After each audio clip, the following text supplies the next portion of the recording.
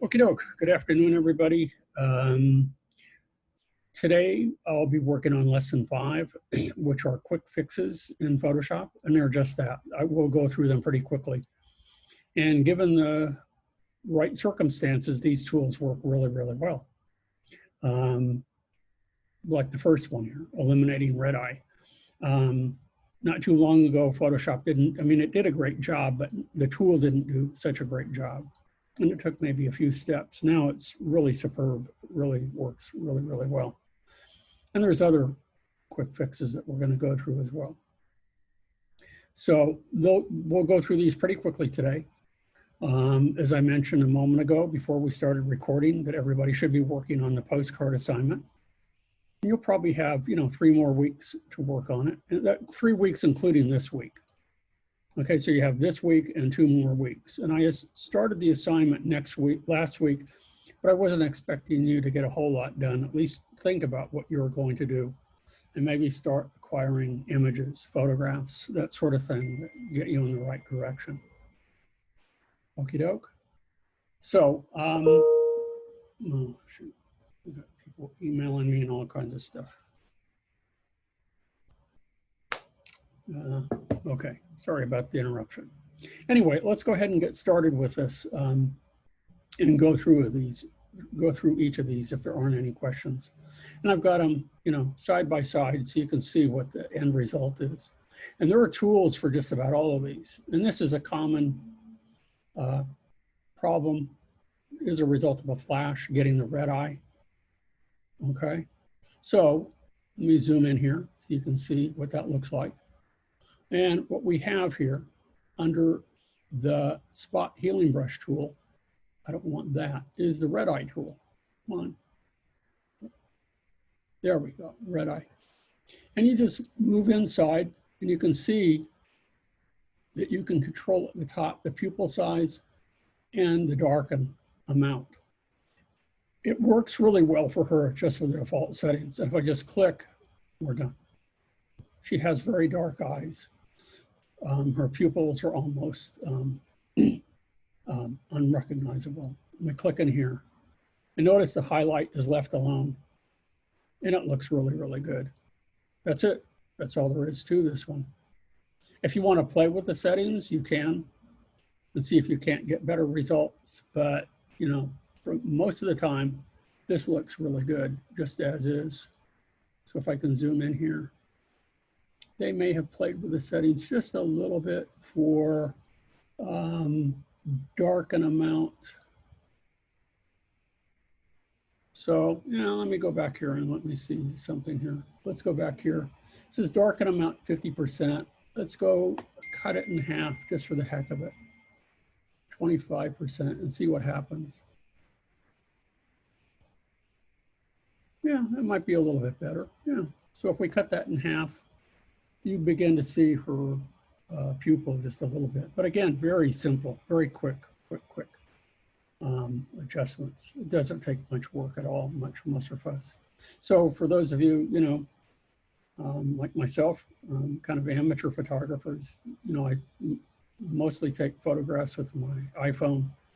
And if you have issues with any of the images, Photoshop is a great tool to make some quick fixes. So I'm going to remove this one.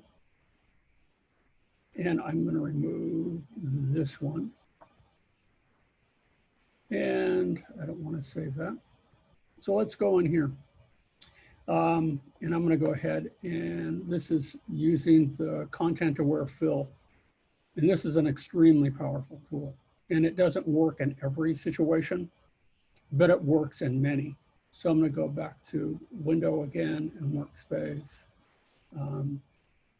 Arrange rather, and I'm going to go 2 up vertical so we can see both of them. And you can see in this particular instance that the rock is eliminated here, as well as the reflection of the rock. That's what the final is here. And we could do a better job than what they have. Notice the little hole that they have up here. That's not that good. That doesn't work that well. There actually should be a reflection down here. So technically to do a better job, it might take a little bit more work, but that's what we're going to focus on right now. So to do that, what I'm going to do is I'm going to make a selection of this area. And not a great selection, but a decent one. And I can use the rectangle tool if I want. Or instead, maybe a better choice would be the Polygonal Lasso tool.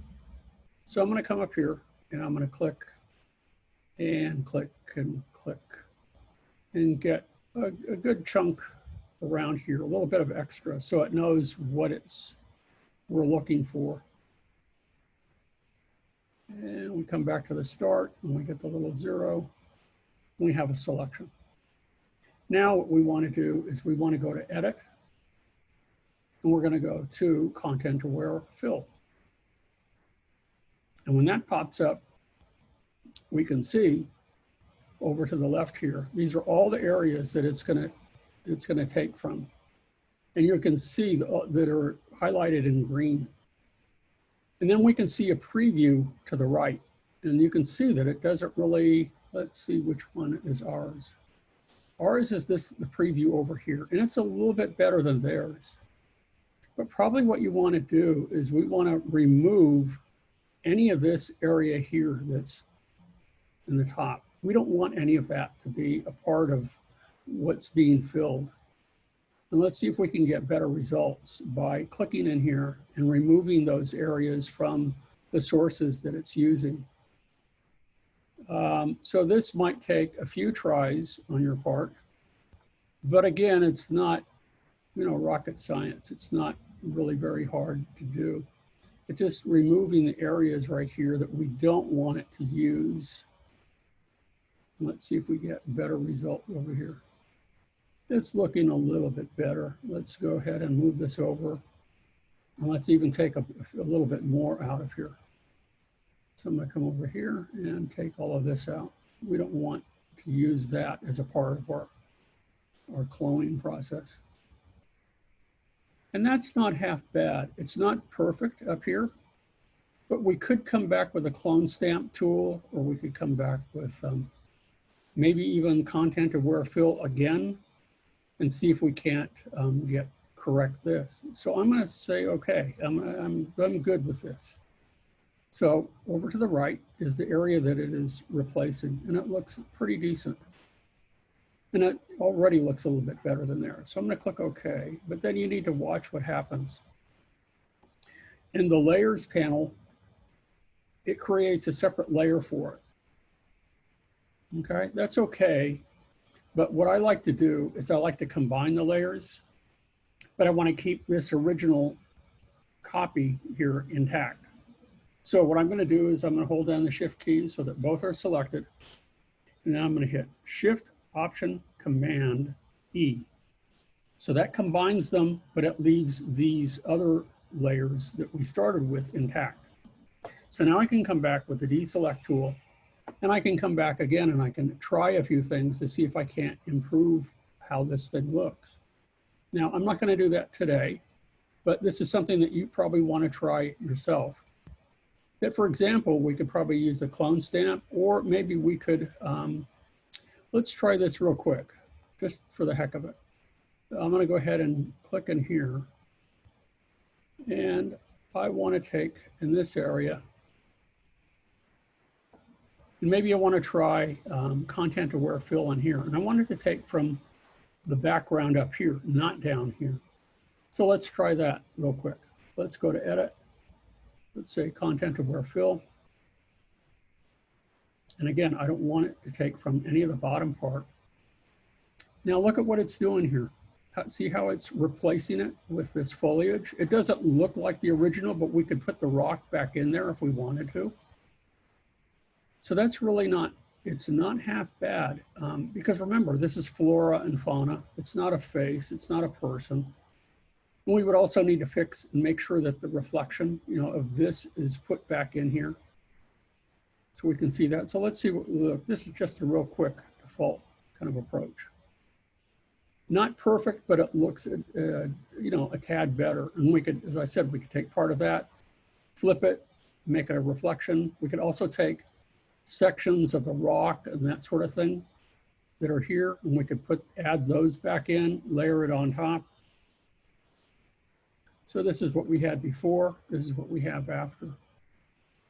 you know, not half bad. And you can start to play with that. So again, we could take the rock here and isolate it and put it on top and, you know, fix that, this part back in here. Okay? So again, the content aware fill, it doesn't work in every instance, but it's worth trying because it doesn't take that much time. And you'd be surprised at the results that you can get with this. Really, really pretty spectacular. Okay, I don't want to save that. So we have another one. We have the glass start and the glass end. And let me explain that in a minute. When I go back up here and I go to window and I say that I want to arrange and I want to up vertically so we can see them both. So if we look at the end product here, whoops, click over here. Okay, we see a wine glass, okay, and it's in focus and it looks really nice. And we look at the background here and that it is not in focus, or that it's in focus as well. But if we look at the start file over here, okay, if I turn this one off, okay, I have 3 layers here. I have a background layer and I have the glass. The glass in this particular instance is in focus, but you'll notice that the background is out of focus. Now, if I turn the top layer on, you'll notice that the glass is out of focus and the background is in focus. So if I wanted to combine the two, and I wanted everything to be in focus, and again, that's a design choice or, you know, photographer's choice. Sometimes you want the background to be out of focus just so that it doesn't detract from the wine glass. Maybe you're selling wine and you don't want people to focus on the beach. So, but in this particular instance, we want to combine the two. And that would be setting a camera up on a tripod and then adjusting your f-stop so that you have, you know, a shallow depth of field and a deep depth of field so that you can, you know, have 2 images that are almost identical to one another. But as you can see, when I turn the layers on and off, they are not aligned with one another. So the first thing that we need to do in order for this automatic feature to work is that we need to align these 2 layers. So to do that, you hold down the Shift key or the Command or Control key and make sure that both of the layers are selected. We don't care about the background. And then we go to Edit, and I want to, down here, just below Transform, I want to auto align layers. And I'm just going to select the auto projection. And now, when I turn them on and off, you can see that they're a perfect match. Okay. The next thing that we want to do with both of the layers selected is we want to go back to Edit. And this, again, this is another automatic feature, but it's a 2-step. We want to auto blend them. And when we auto blend them, now that they're aligned, we can have both the glass and the background in focus in really crisp, sharp images.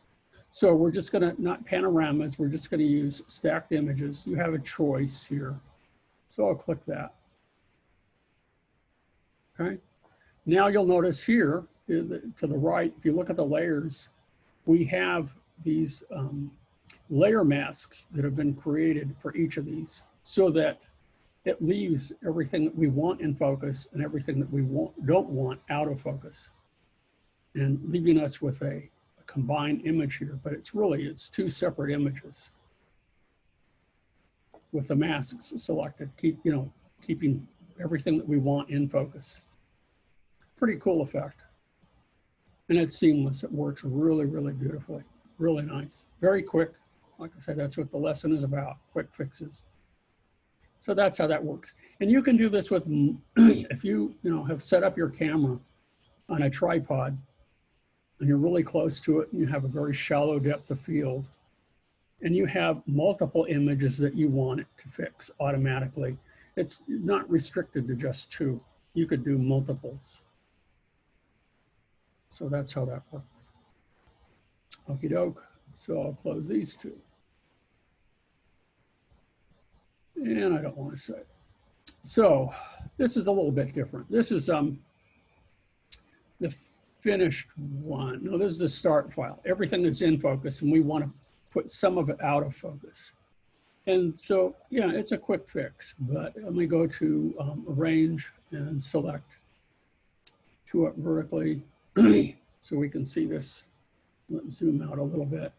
Let's take this one and zoom out a little bit too, just so you can see what's going on. If we look at the finished version, you can see that there are parts of the egret that are in focus, and then there's aspects of it outside that are out of focus. Well, there's a number of tools that we have at our disposal that allow us to control what's in focus and what isn't in focus. So let me click on the one that we want to work on here. And let me zoom out a little bit. Come on, there we go. And now what I can do is I can go under filter. And remember, if I were doing this on my own, I would always make a copy of this layer. So I'm not working on the background layer. So if I goof up, I'm going to go to filter, and then I'm going to go to blur gallery, and we're going to use iris blur. Now, there's a bunch of others that you should investigate, but in this particular exercise, we're just focusing on iris blur. And you can see here, we have an ellipse, this little widget that we can focus on here. And we can control the outer edge. You know, how much of this do we want to be in focus? How much of it do we want to be out of focus? So anything outside of the ring is out of focus. Outside, anything inside the ring is in focus. And then the transition from out of focus to in focus is this little pin here. And these can be controlled separately. Okay. Then how much of a blur do you want? That's what this inner ring is for here. If I click on this and I really want it blurred, then that's the effect I get. If I want just a little blur, I pull back on it, and that's what I get. And then when you're done, just click OK. But it is a permanent change. And that's something to remember. That's why it's important to make a copy of that. Okay, so that's another kind of quick fix, that if you want to control the area of blur, and you want just a part of the image in focus and a part of it out of focus. That's it. That's part of that one. That's the egret. Okay, I don't want to save that. And now we have perspective. So we have the end, we have the start. Whoops, end, start. So let me go back again. Let's go to window, arrange, 2 up vertically so we can see these. And you can see that, you know, lens distortion. It can get rid of some of it, but it can't get rid of all of it. But that's what we want to do. So the one on the right is the finished, and then we've gotten rid of some of that lens distortion where it bows or curves the columns.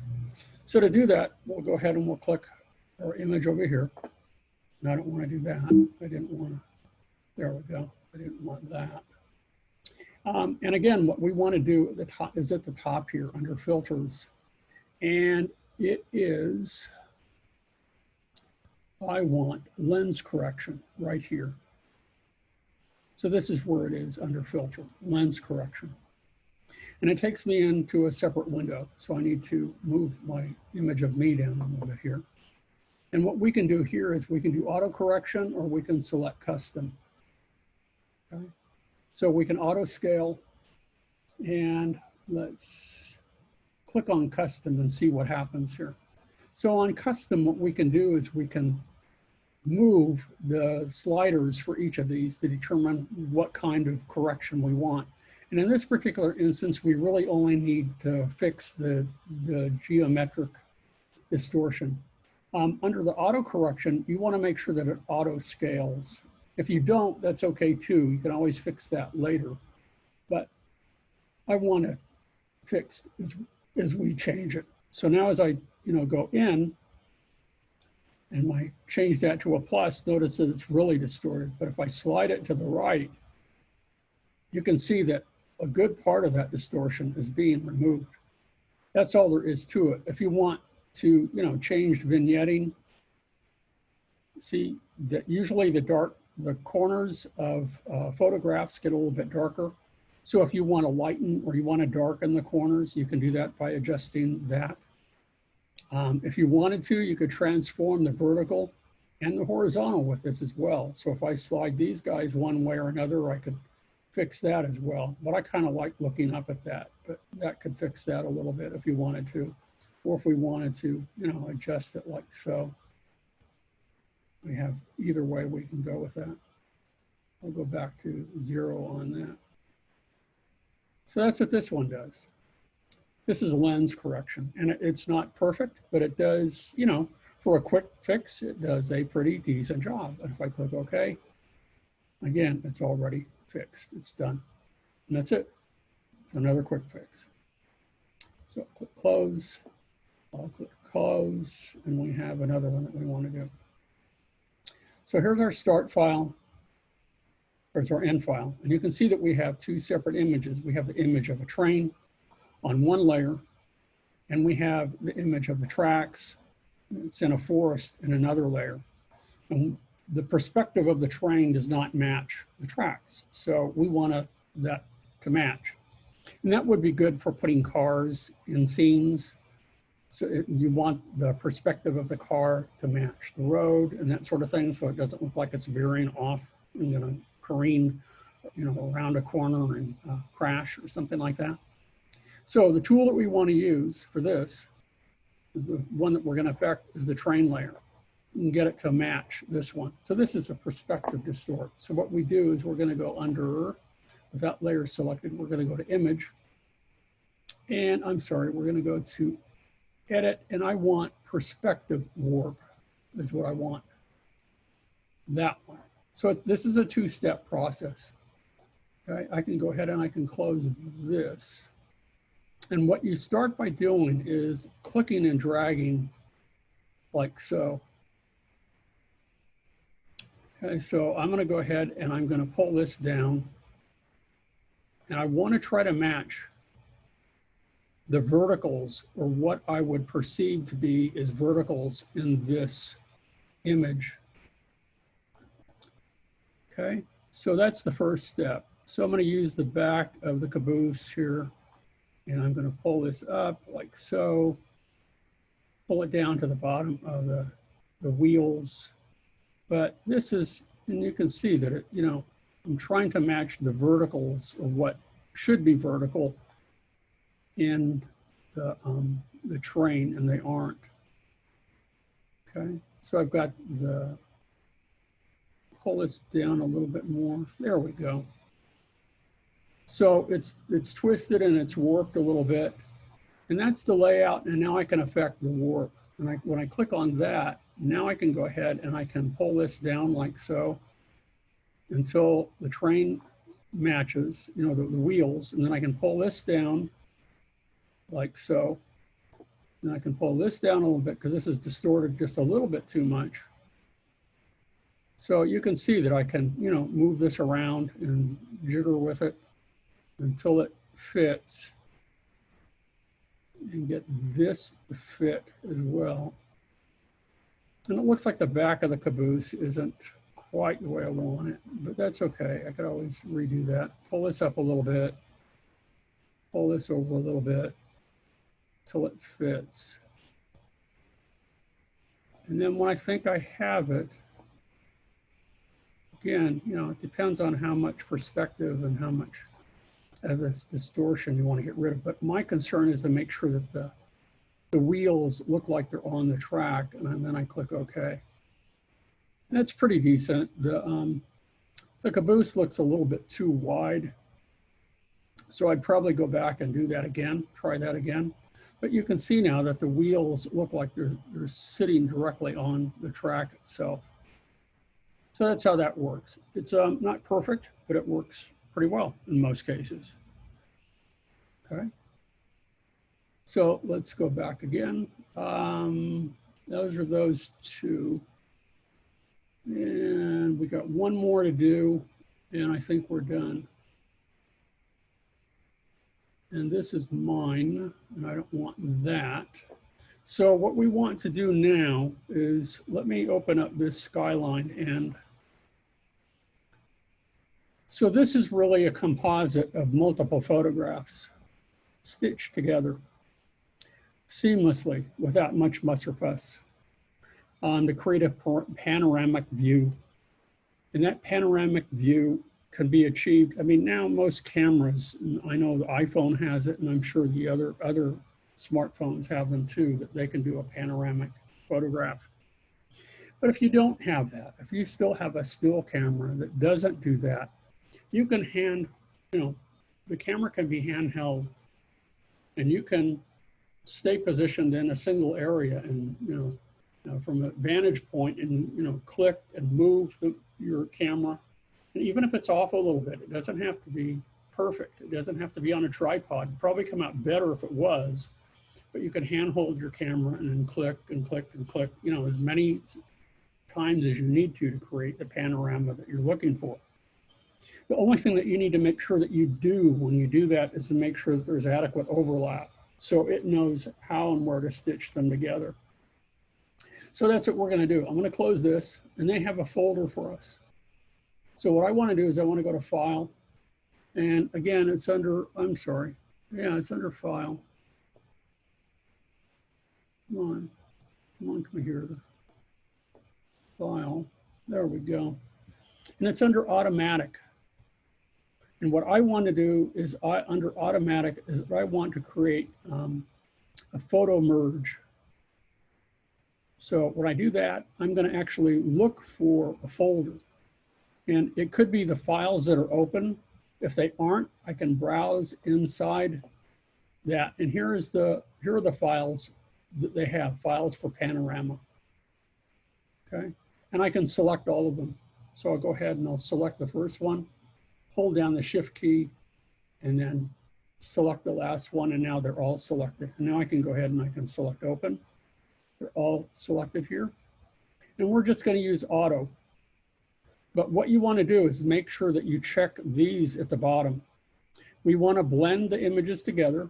We want it to remove the vignette. Remember, I told you that the corners tend to get dark. And so when they're stitched together, you're going to see that transition. If there's any geometric distortion, we want it to remove that. And let's go ahead and add the content aware fill, because that would be in the edges, and it would be clouds, and it might be some in the foreground, but it will fix all of that automatically. And it does a pretty darn good job. The only thing that we're going to have to do when we're done is maybe straighten it a little bit. So I'm going to go ahead and click OK. Kind of kick back, have a sip of my tea, and wait for it to go through the motions, and then that's what you have. And there you go, it fixed it. Command D for deselect, zoom out a little bit. It's just that it's a little bit crooked, so we just need to straighten it. So we could use the crop tool for that, or any number of tools. But you can see what it did in the layers panel. If I turn off that finished combine one, because the last one is where it used the content aware fill. But then if I click on each of these, you can see where it began, it stitched them together. It took each of those images and it created an individual layer mask for each one. And we really don't need those turned on anymore. We can just turn on the last one. But you can see the horizon is a little crooked. So the easiest way to fix that would be to use, from my perspective, no pun intended, use the crop tool, and we can use the straighten feature. And I'm just going to see if I can't find a line across here like so. That would be pretty good. And that might work for us. It'll crop a little bit off the image, but that's a sacrifice that we make. And even if I don't like it, I can always come back and undo. And we're done. That's it. It's a very nice automatic feature. They've improved this tremendously over the years. And maybe a few years ago, they really, really, really find it. And it's not really, you don't need much improvement anymore. If you wanted to, you could go in and you might find some artifacts where it isn't matching up. But in a photograph like this, it would be difficult to tell. You might tell here that maybe part of this doesn't match perfectly, but you know what? For most things, it works really well. So that's it. Those are our quick fixes for this lesson. I don't think I'm missing any. And my goodness, we've used less than a half an hour here, maybe a half an hour, and that's it. So this goes really, really fast. So time to ask you, do you have any questions for me? Do you have any questions about getting started with a postcard assignment? Do you have any questions about uploading the finished lessons now that we've done 1 through 6? And next week, I will start lesson 7, which is the text tool. No questions from anybody? No? You sure? Well, because that's all I have for today. That's it. Let me go ahead and pause the recording of this. Okay, so I'm recording once again, just make it quick. So for the postcard assignment, you don't have to incorporate type, but it would be helpful if you did. For the following assignment with the movie poster, you will absolutely, have to incorporate typography. For the postcard, a good size is 5 by 7, and that can either be vertical or horizontal. A good resolution, a minimum is 200 pixels per inch, but a good, the best quality would be 300. Somewhere in between would be 240. That would be good as well. So no less than 200, maximum 300 pixels per inch. It can be color or black and white or a combination. I want it to be, your creative concoction here. Anything that you can think of that makes for an interesting postcard. It can be, fanciful. It can be, serious. It can be humorous. It can be whatever subject matter, appeals to you. So the trick is now thinking of a theme, finding images that work with that theme, and making sure that they're large enough, and then thinking of ways to composite them and putting them together. Okay. Okie doke. So if that's it, I'm going to go ahead and I'm going to pause the recording, and that's it for today. And I will see everybody Monday. Okay. And if you do have questions, please email me. If you need a Zoom meeting to help you with something or to answer questions that way, I'm available too. We can schedule something. Okay. So that's it. You guys are free to go, and I'll see everybody Monday. Okay. Bye-bye.